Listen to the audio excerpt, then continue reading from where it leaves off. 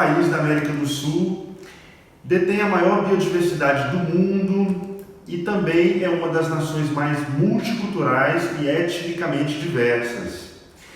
Mas essa grandiosidade é ameaçada por memórias sociais difíceis que constantemente a sociedade busca reprimir e negar. Somos o país que mais recebeu africanos em situação de escravidão para trabalhos forçados por um período de mais de 300 anos. A diáspora africana deixou marcas profundas na formação do povo brasileiro. E ainda hoje, a nossa sociedade mantém um violento racismo alimentado por pensamentos coloniais eurocentrados, que é em grande parte inconsciente e ajuda a renovar o mito de sermos um povo pacífico. A nossa herança cultural africana foi tratada de maneira bastante preconceituosa e depreciativa, ofuscando a percepção de muitos brasileiros que constantemente hiperbolizam aquilo que é estrangeiro, frequentemente de povos brancos. Uma valorização um tanto exagerada e sintomática. No entanto, desde a fundação do Brasil, as nossas tradições negras resistem, sobrevivem e se atualizam, compondo novas linguagens, ritmos, semânticas e afetividades.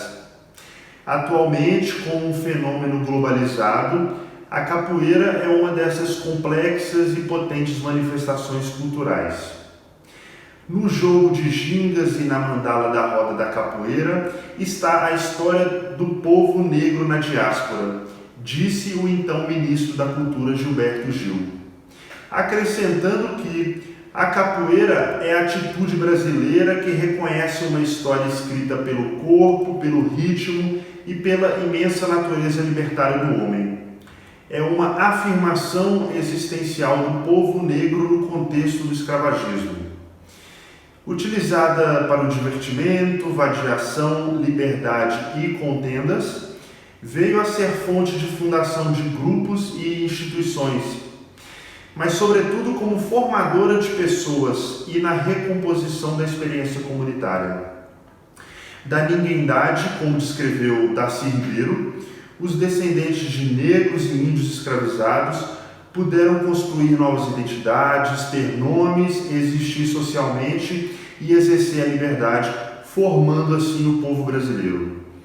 Esse processo de construção identitária foi impulsionado pelas expressões culturais, subsidiando trocas sociais e simbólicas essenciais. O samba e a capoeira deram voz e vez aos desqualificados e depreciados no cotidiano. O resgate da cidadania e da dignidade humana são campos básicos que precisam sempre serem apresentados e pensados nas relações que envolvem a saúde e o desenvolvimento social, especialmente em populações vulneráveis, como as pessoas em sofrimento psíquico grave. E é sobre esse campo da saúde mental que eu gostaria de falar. Em 2019, defendi uma tese de doutorado onde utilizei oficinas de capoeira no tratamento de pessoas em situação de sofrimento psíquico grave, ou transtornos mentais graves, como é mais conhecido.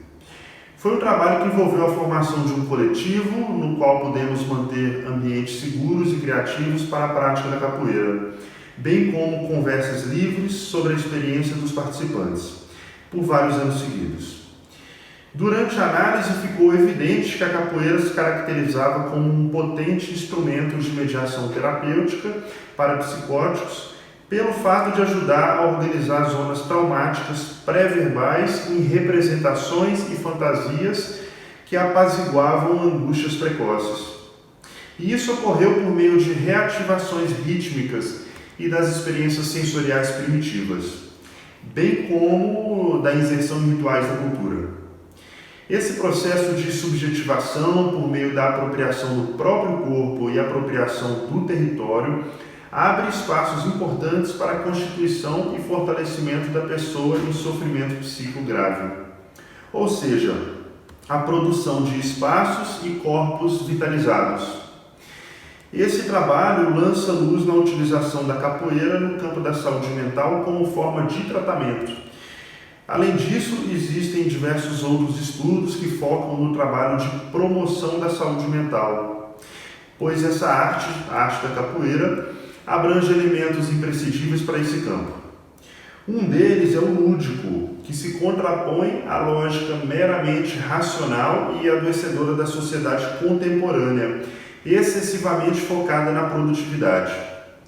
O jogo traz a dimensão do sensível, dos afetos e da criatividade, tão essencial no desenvolvimento humano e na sua capacidade de se apropriar de si mesmo e do mundo. Outro elemento é a noção de pertencimento, que subsidia a produção de sentidos e significados, proporcionando ao sujeito a sensação de existir de maneira integrada. Nesse sentido, a capoeira, enquanto símbolo de resistência e liberdade, tem a sua potência naquilo que fundamenta o ser, criar e existir enquanto pessoa social. A valorização da própria cultura traz sentimentos fundamentais de identidade e possibilidades de identificação que fomentam a autoestima, sensação de segurança, experiências de continuidade, integração psíquica e social. Ou seja, a capoeira pode ser utilizada no tratamento da alienação mental, mas também da alienação social, que é muito mais profunda. Assim, frente aos prejuízos da colonização social, cultural e do pensamento, temos contrapontos determinantes nas manifestações embasadas em outros códigos e linguagens, como o pensamento do corpo na capoeira. Tudo isso nos coloca em contato com a nossa história, nossa ancestralidade, trazendo sintonia e harmonia enquanto povo brasileiro. Estar em harmonia com o outro e com nós mesmos é uma das necessidades primordiais do ser humano, e o trabalho com os ritmos realimentam a potência existencial dos grupos, pois promove uma afinação com o mundo e com o presente. Mas os coletivos também se compõem por meio dos rituais, onde a ancestralidade e as tradições são valorizadas e transmitidas. A nossa constituição social advém dessas referências do que se tornou símbolo da nossa diversidade cultural, como a roda de capoeira. Entretanto, vivemos uma regressão confusa em nosso país, onde as ideologias colonialistas ressurgem com novas cores, forças e narrativas. É necessário nos voltarmos de maneira mais profunda para as nossas raízes históricas, pois é onde se encontra a nossa dignidade e sentido como sociedade. Isso passa por dar valor e prestígio às nossas manifestações culturais, mas também por lutar contra a invisibilização e o silenciamento dos negros e indígenas nos seus múltiplos discursos e linguagens. A nossa filósofa Djamila Ribeiro é bastante precisa quando diz que essa necessidade histórica por falar vai no sentido da construção de uma sociedade mais plural, rica e criativa. Nesse sentido, finalizamos com uma questão que eu coloco, Se a capoeira pode ser utilizada tanto no tratamento da alienação mental como da alienação social, poderíamos considerá-la como um discurso potente para se repensar os pactos sociais? Muito obrigado.